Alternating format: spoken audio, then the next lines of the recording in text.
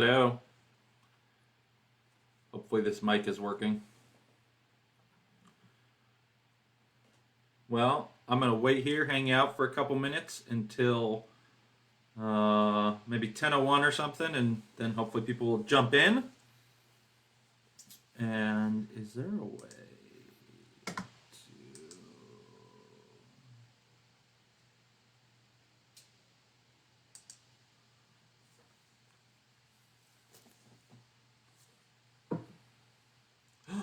Someone's here.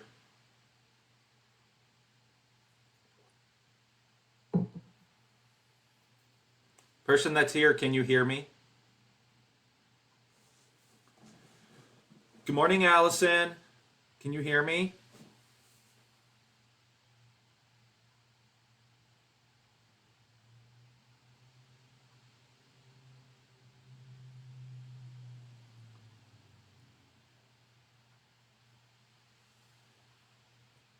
Yes, you can hear me.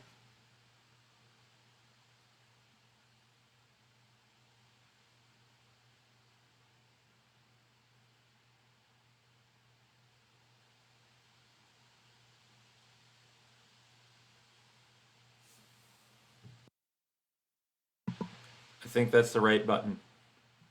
Can you hear me, Allison?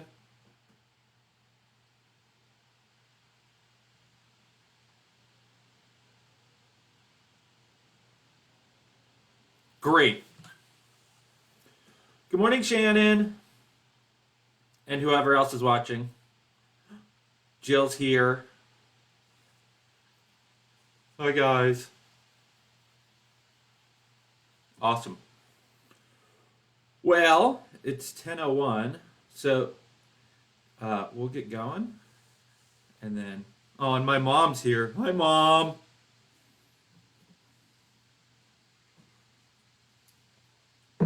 Okay, so last week I did this, and people said they enjoyed it, and so I'm gonna keep going.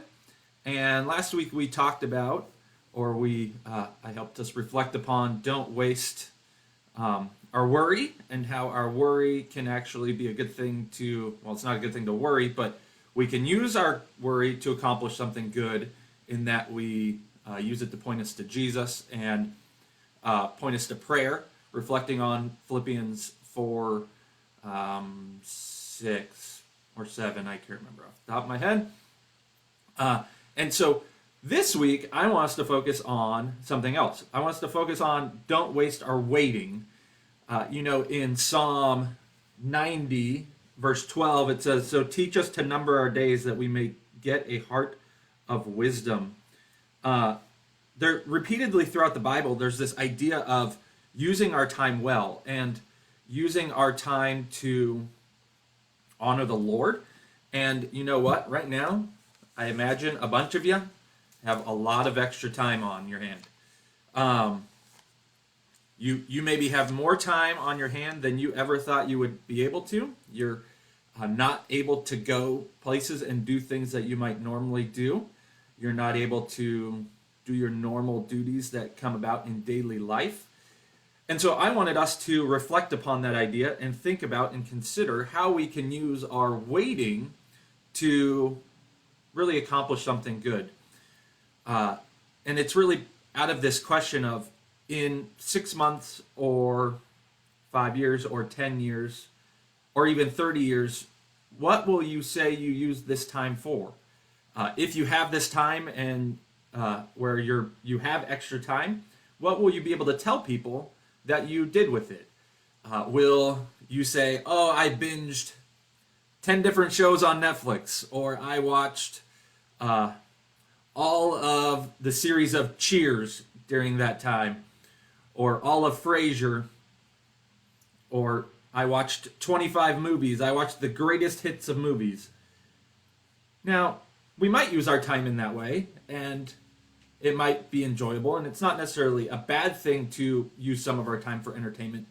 But I really want us to consider, what would it be like to use our time in a more constructive way? That if in 15 years you're talking with someone and you ask, "Hey, what did you do with your time during COVID-19?" That seems like a really long way away, 15 years from now.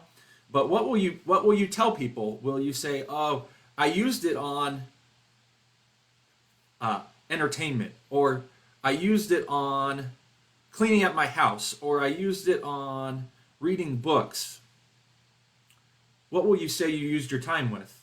There's a few verses I want us to ponder and consider in light of that, and one of them is found in Ephesians chapter 5, verse 15, 16, and 17. It says, and this is the Apostle Paul writing, he says, "Look carefully then how you walk, not as unwise, but as wise, making the best use of the time, because the days are evil.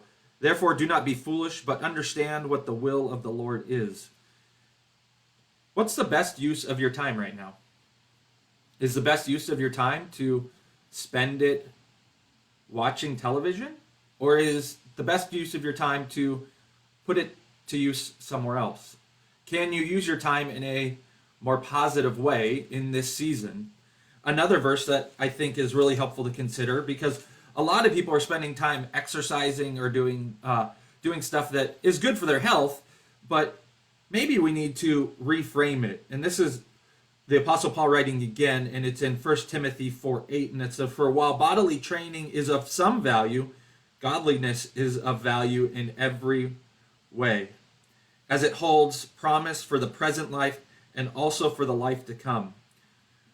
So as we're reflecting upon this, I think it's wise and important for us to consider, are the things that we are devoting ourselves to in this time, do they merely have value now, or will they have value in the life to come? We can devote ourselves to things that have value now, that are good things, but they may not have the value in the long run. They may not be something that will last. In 30 years, if you talk about COVID-19 with people and you say, I rebuilt my deck, the deck that's long gone now, how will that be? How will you feel about that? My deck needs to be fixed, so maybe that's a good thing for me to spend my time on. But if that's all I spent my time on, if I only spent my time on these earthly things, would that have been a good use of my time? And I'm not sure it is, because this is what Jesus says in Matthew chapter 6, verses 19 to 21. It says, "Do not lay up for yourselves treasures on earth, where moth and rust destroy and where thieves break in and steal. But lay up for yourselves treasures in heaven, where neither moth nor rust destroys and where thieves do not break in and steal. For where your treasure is, there your heart will be also." And I think Jesus there is commending us to, and he's encouraging us to really put it in perspective where we're putting the things that are of primary value to us. A lot of that is in light of money. That's the passage is in light of money, but we could also say the same is true for our time. How are we using our time? Is our time going to something that is heavenly minded, or is our time going towards things that are earthly minded? Now, friends, if you have to fix something, fix it. Don't neglect it. But if that's all you spend your time doing, I think you're missing an opportunity here. You're missing an opportunity to really grow in your love of the Lord in a time and season that you just have no control over. Not that we truly have control over our time and the seasons we have. Anyhow, the Lord is fully in control of those. He is fully in control of even this. In some way, the Lord has ordained this time, this season, and he will use it for his glory and our good in some way. The Lord withholds no good thing from us, those who walk uprightly with him. That's Psalm 84, 11 or 12, I think. It's one of George Mueller's favorite verses, and George Mueller is one of my mom's favorite people, and so she could tell it off the top of her head, I'm sure. But friends, I want us to consider how we're using our time. There's lots of free resources right now that you can take advantage of, that you can use your time in a way that can grow in your devotion to the Lord, grow in your knowledge of the things of God.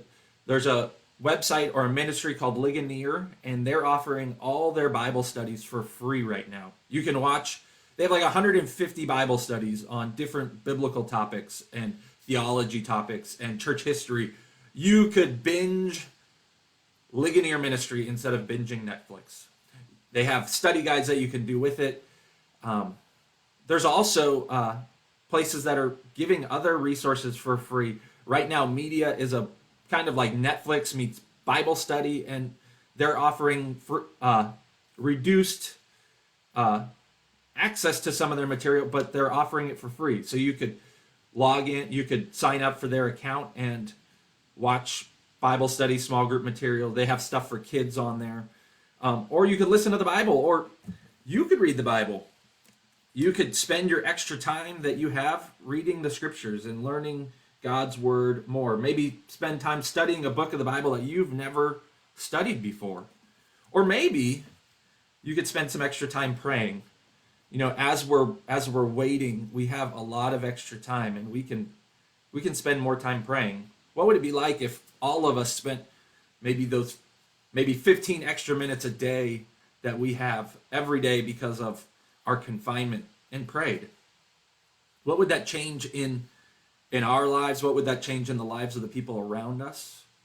Or maybe you could spend some extra time calling friends and connecting with them. Maybe you don't have the ability to video conference with all of them. Maybe they don't do video conferencing, but maybe you could have a phone call, someone that you don't normally talk with on a regular basis. You could catch up with them, see what the Lord is doing in their life, or maybe even share with them about what the Lord is doing in your life with the hopes that they can maybe put their faith and trust in Jesus.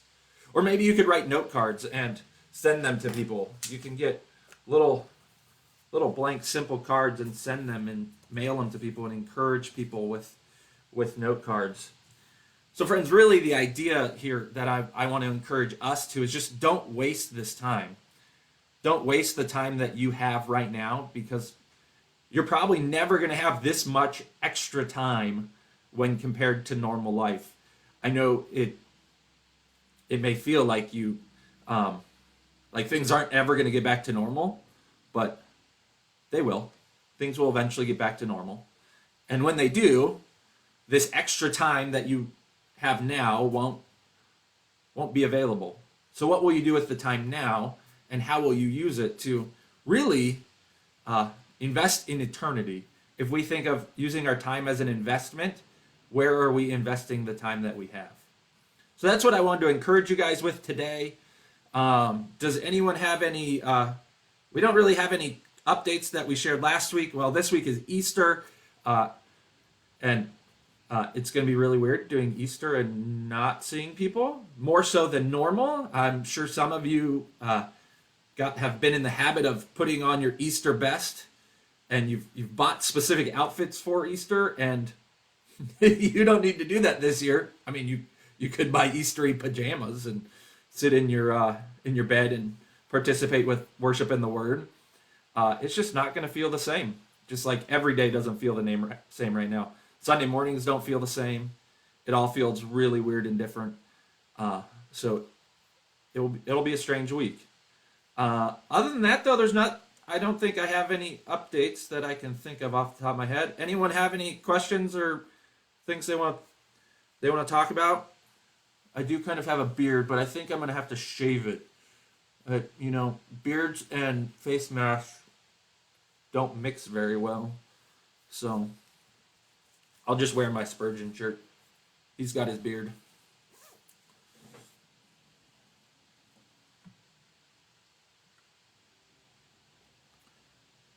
Any thoughts, anyone? Questions?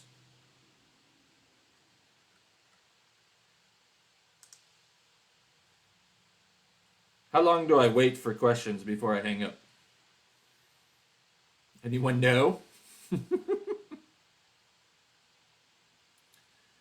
Everyone's good. Okay. I can't wait till I get to see you all in person. And none of this digital stuff. It's been really fun to see people use digital. I know all our branch groups are using a video conferencing platform or another. Awana's using it. Youth group used it this past week. So it's really cool to see that. I know we've been using it for staff meeting and then meetings amongst the pastors and whatnot. But I think we're all going to really look forward to the day when we can see each other in person, and the non-huggers are going to have to hide and run because all the huggers are going to be giving everyone hugs, and it'll be a good day. Oh, look, I'm even touching. It's so hard not to touch your face. You're not supposed to do that. Okay. All right, guys. I love you all. If you need anything, email me, contact the office, text me, call me, Facebook message the church. There are lots of avenues to get a hold of us. Use it. Yeah. All right, guys. We'll talk to you soon, and we'll see you later. See you. Okay. Bye.